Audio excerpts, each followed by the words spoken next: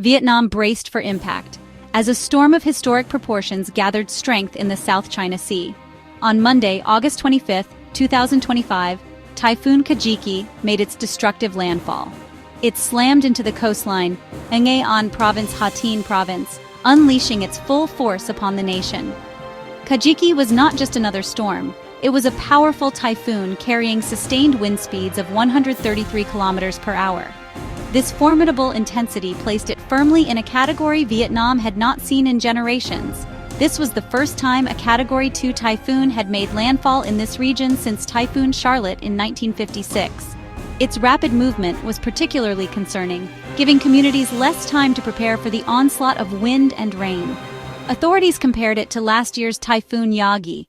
Facing the imminent threat of a historically powerful storm, Vietnamese authorities launched one of the largest evacuation operations in recent memory. The government left nothing to chance. Lives were at stake. The plan called for relocating approximately 587,000 people from vulnerable coastal areas. Than Hoa Quang Tri Hue Da Nang. The mobilization was immense. Vietnam mobilized its armed forces in a major show of readiness. Over 300,000 military personnel were put on high alert. Navy, Coast Guard, Air Force vessels and aircraft were prepared to launch search and rescue as soon as conditions allowed.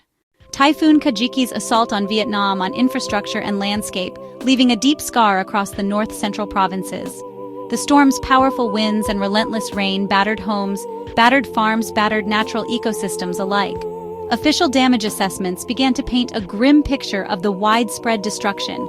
Nearly 7,000 homes were reported, damaged roofs, torn off walls, compromised. The typhoon inundated 28,800 hectares of rice plantings, submerging the vital crop under floodwaters. Winds felled an estimated 18,000 trees.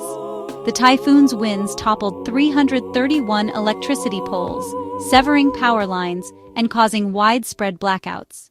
Even though Typhoon Kajiki made landfall 350 kilometers to the south, its influence extended far enough to place the nation's capital under a state of siege. On the Tuesday morning following the storm's arrival, the outer bands reached Hanoi, unleashing torrential rainfall upon the bustling metropolis. The city's drainage systems were quickly overwhelmed, leading to severe and widespread flooding. Major thoroughfares were transformed into murky, impassable rivers. Residential alleys were transformed into murky, impassable rivers, bringing the rhythm of daily life in the capital to a sudden and grinding halt. Showing cars stalled in waist-deep water, commuters were stranded while parents struggled to get their children to school. The deluge did not spare homes and businesses, forcing residents to move their valuables to higher floors. The event served as a stark wake-up call for enhanced urban resilience and improved flood management infrastructure. The economic fallout from Typhoon Kajiki began to mount even before the floodwaters had fully receded, adding another heavy burden to a nation already grappling with significant disaster-related costs. In the first 7 months of 2025 alone, natural disasters had already killed or left missing over 100 people and caused economic losses estimated at more than $21 million. Chart showing rising economic losses in Vietnam from disasters. Kajiki's destruction of thousands of homes and vast tracts of agricultural land threatened to push 2025's total losses towards similarly catastrophic levels. In the previous year, 2024, Vietnam had suffered an astonishing $3.3 billion in economic damages from natural disasters, with Typhoon Yagi being a major contributor. Vietnam's response to these recurring crises is rooted in a robust, top-down disaster management strategy. The massive, military-assisted evacuation ahead of Kajiki's landfall is a prime example of this approach. However, the sheer scale and increasing frequency of storms like Kajiki are testing the limits of this system and straining national resources.